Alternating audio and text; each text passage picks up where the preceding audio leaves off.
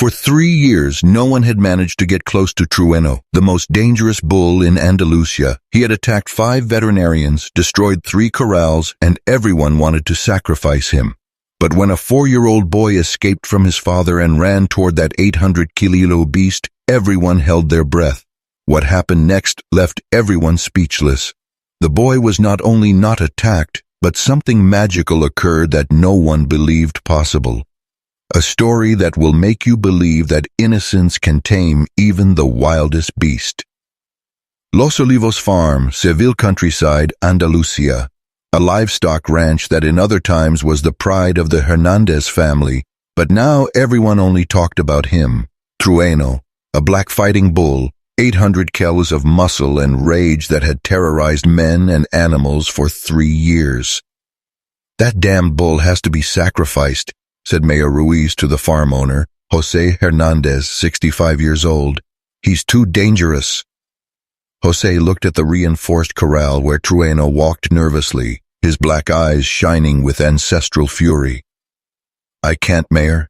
He was my son Carlos's favorite bull before he died in the accident. He's all I have left of him." "Jose, that bull sent Dr. Morales to the hospital. He's destroyed 3 corrals, and yesterday he almost killed the new veterinarian." Jose knew the mayor was right, but he couldn't give up. Trueno hadn't always been like this. 3 years earlier he was docile, affectionate with Carlos, who cared for him every day. But when Carlos died in a traffic accident, something in the bull broke as if he had lost faith in humanity. "I'll give him 1 more week," Jose said with a broken voice. "If we don't find a way to calm him, 1 week," the mayor agreed, "then you'll have to call the slaughterhouse." What neither of them knew was that fate was about to bring to their farm a small 4-year-old miracle, a boy who would change everything. 3 days later, a car stopped in front of Los Olivos farm. Luis Martin, 35 years old, a veterinarian from Seville, got out along with his son Pablo, 4 years old, with blonde hair and blue eyes full of curiosity. "Dad, are there really cows?" asked Pablo, jumping excitedly. "Yes, little one, but remember, always stay close to Dad, okay?" Luis had been called as a last attempt to save Trueno. His specialty was traumatized animals, and he had a legendary reputation throughout Andalusia. Jose received them with relief. "Dr. Martin, thank you for coming. I hope you can achieve what everyone has failed to do. I'll see where I can leave my son. I couldn't leave him at home. Mrs. Carmen, my housekeeper, can take care of him in the kitchen." But Pablo had no intention of staying in the kitchen. It was the first time he had seen a real farm, and his eyes sparkled with wonder. While the adults talked about strategies and tranquilizers, Pablo silently slipped away from the house. The farm world was magical. Chickens pecking, pigs grunting, and in the distance the deep sound of a bellow that made the air tremble. Pablo followed that sound as if hypnotized. He arrived in front of the reinforced corral and saw something that left him breathless. The largest bull he had ever seen, black as night, with sharp horns and eyes that seemed to contain all the sadness in the world. "Hello, bull," whispered Pablo, without fear. Trueno turned toward that little voice and stopped dead. For the first time in 3 years, someone was looking him in the eyes without fear, and that someone was a boy who painfully reminded him of Carlos. "Pablo!" Luis's desperate cry echoed throughout the farm. Jose, Luis, and Carmen ran toward the corral, imagining the worst, but when they arrived, they were petrified by the scene they saw. Pablo was leaning against the corral bars, and Trueno was centimeters away from him, motionless. The two looked into each other's eyes as if they were speaking in a secret language. "Nobody move," whispered Luis, his heart beating 1,000 times per hour. "Dad, look how beautiful he is," said Pablo, without taking his eyes off the bull. "He has sad eyes like when I cry." Trueno took a step forward, and everyone held their breath. But instead of charging, the bull lowered his massive head and brought it close to the bars, right where Pablo's little hand was. Poor bull, said Pablo, with the sweetness typical of children. You're sad, aren't you? And he did something that no adult had dared to do. He reached his hand through the bars and gently touched Trueno's muzzle. The bull didn't move, didn't charge, didn't bellow threateningly. He remained motionless, as if that innocent touch had broken a curse. Good God, whispered Jose with tears in his eyes. I can't believe it. Luis approached slowly. Pablo, come here with Dad. But Dad, I like him. He's just sad. How do you know he's sad? He has the same eyes as when Grandpa went to heaven. The eyes of when someone you loved is no longer there. Jose felt his heart break. That 4-year-old boy had understood in 5 minutes what they hadn't understood in 3 years. Trueno wasn't bad. He was mourning and had recognized in Pablo the innocence he had lost with Carlos. Can I come see him tomorrow? Asked Pablo as Luis picked him up in his arms. Little one, said Jose with an emotional voice, you can come whenever you want. But what no one knew was that Trueno had recognized in Pablo something more than simple innocence. He had recognized a kindred soul. The following days were the most extraordinary in the history of Los Olivos farm. Every morning, Luis brought Pablo to the farm while he worked with other animals, and the boy immediately ran to Trueno. Hello, friend bull, Pablo would shout, and Trueno would respond with a bellow that seemed more like a greeting than a threat. Jose watched that transformation in disbelief. With Pablo near, Trueno became docile as a lamb. He ate from his little hands, let himself be petted through the bars, and even seemed to smile. It's a miracle, said Carmen, drying her tears. It's as if that boy had brought back our old Trueno. But Luis was worried. Jose, it's beautiful what's happening, but I can't bring my son here every day. I have to return to Seville. What if you stayed here? Jose suddenly proposed. How? I need a full-time veterinarian. The salary is good, and there's a free little house here on the farm. Pablo could grow up in the countryside in the fresh air. Luis thought about it. He had been widowed 2 years earlier, and raising Pablo alone in Seville wasn't easy. Can I think about it? That night, Pablo told his father, Dad, the bull told me he wants us to stay. Bulls don't talk, little one. No, but they look. And in his eyes it was written, Don't go away. Luis looked at his son and saw a happiness he hadn't seen since his wife died. How would you feel if we moved here? Really? Pablo's eyes lit up. Can I always be with my friend Bull? Always? Always. But the next day, something went terribly wrong. One rainy morning, Pablo ran as always toward Trueno's corral, but found a scene that scared him. 3 uniformed men were mounting what looked like a giant cage on a truck. What are you doing? He asked with a trembling little voice. One of the men, a veterinary inspector from the Andalusian government, looked at him condescendingly. We're going to take away that dangerous bull boy. Ministry orders. But he's not dangerous. He's my friend. Bulls of that size are always dangerous. It'll be better this way. Pablo ran to call Jose, who arrived with a devastated face. Inspector, please, the bull has changed. He's no longer aggressive. Mr. Hernandez, after last night's incident, we can't wait any longer. What incident? The bull destroyed the corral and wandered the fields all night. It could have been a massacre. Jose paled. It was true. The night before, during a storm, Trueno had escaped, but he hadn't hurt anyone. He was just scared by the thunder. You don't understand, cried Pablo. He was scared. I'm also afraid of thunder. The inspector wouldn't listen to reason. The bull will be transferred to the slaughterhouse today. No, screamed Pablo with all the strength of his lungs. You can't take him away. The boy ran toward the corral, but the men stopped him. Trueno, sensing Pablo's anguish, began to bellow desperately and hit the bars. See, said the inspector, he's aggressive. He's aggressive because you're hurting his friend, cried Pablo. At that moment, Luis arrived. having heard the screams. "What's happening?" Jose explained the situation, and Luis felt his world collapse, seeing his son's desperation. "Is there anything we can do?" he asked desperately. The inspector shook his head. "The order is signed.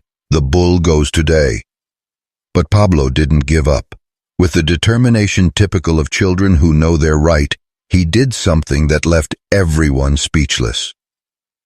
While the men prepared the equipment to load Trueno, Pablo escaped from his father's arms and ran toward the corral. "Pablo, no!" shouted Luis. But the boy was determined. He opened the corral door before anyone could stop him. "Everyone back!" shouted the inspector. "The bull is loose!" Trueno came out of the corral with the power of a train, and everyone fled in terror. Everyone except Pablo. The boy stood motionless in the center of the patio with his arms open and looked the bull in the eyes. "My friend," he said with a sweet voice, "don't hurt them, okay? They're not bad. They're just scared like you." Trueno stopped 1 meter from Pablo. The two looked at each other for what seemed like eternal seconds. Then, incredibly, Trueno lowered his head and allowed Pablo to hug him. "I love you very much, big friend," whispered Pablo. "But you have to behave well, or they'll take you far from me." The scene was so moving that even the inspector stopped with tears in his eyes. "I've never seen anything like this," whispered Luis. He approached slowly. "Pablo, can you tell your friend to return to the corral?" "Of course, Dad. You go back home, okay?" said Pablo, caressing Trueno's muzzle. And the miracle repeated. Trueno docilely followed Pablo toward the corral and entered without resistance. The inspector remained silent for long minutes. Then he said, "In 30 years of work, I've never seen a bond like this." "So you won't take him?" asked Jose hopefully. "I'll take him, but not to the slaughterhouse. We'll transfer him to a specialized center for therapy animals. A bull that responds like this to a child could help other children." "No," said Pablo. "He wants to stay here. This is his home." The inspector looked at that brave boy and made a decision that would change everything. "Listen, Mr. Hernandez," said the inspector after reflecting for a long time. "I could consider leaving the bull here, but with very specific conditions." Jose clung to that hope, whatever they are. "First, the bull must be constantly monitored by a qualified veterinarian." "Dr. Martin has agreed to move here," said Jose, looking at Luis, who nodded. "Second, a safer corral must be built that complies with regulations." "Done." "Third, the boy can interact with the bull only under medical supervision and never alone." Pablo made a face. "But that's not fun." "Pablo," said Luis gently, "it's for your safety and to save your friend." "Okay," sighed the boy, "but I can come see him every day." "Every day," promised Jose. The inspector filled out new documents. "The bull stays here experimentally for 6 months. If there are no incidents, the decision will become definitive." That night, in the kitchen of Casa Hernandez, they celebrated with a dinner that tasted like victory. "Let's toast," said Jose, raising his glass, "to our little bull tamer." Pablo smiled. "I didn't tame him. I just told him we were friends." "And how did you know he was sad?" asked Carmen. "Because when Mom went to heaven, I was also angry with everyone. But Dad explained to me that when someone you love goes away, your heart hurts. But it's nobody's fault." Luis felt his eyes fill with tears. He didn't know his son had understood the pain of loss so deeply. "And did you explain that to the bull?" "No, I just showed him that he could trust me like Dad did with me." Jose looked at that 4-year-old boy and realized he had just received the most important life lesson of his existence. But the most beautiful story was yet to come. In the following months, Los Olivos farm became famous throughout Andalusia. The story of the boy who had tamed the most dangerous bull in the region spread quickly, and visitors began arriving from all over Spain. "We want to see the little tamer," they said. But Pablo didn't like being called that. "I'm not a tamer, I'm just Trueno's friend." And he was right. The relationship between the boy and the bull had grown into something magical. Every morning Pablo ran to the corral with an apple or a carrot, and Trueno waited for him, bellowing with joy. "Hello, my friend. How are you today?" And Trueno would respond by bringing his muzzle close to the boy's little hands. Jose had transformed the farm into a rural tourism center, and families came expressly to see the impossible friendship. "It's therapeutic," Luis explained to visitors. "Seeing a child interact so naturally with such a large animal teaches us all something about love without fear." One day, a family arrived with an autistic 6-year-old girl, Sarah, who hadn't spoken since her dog died. "The doctors say it might help her to see your boy with the bull," explained the mother. Pablo received S. Ara with the natural kindness of good children.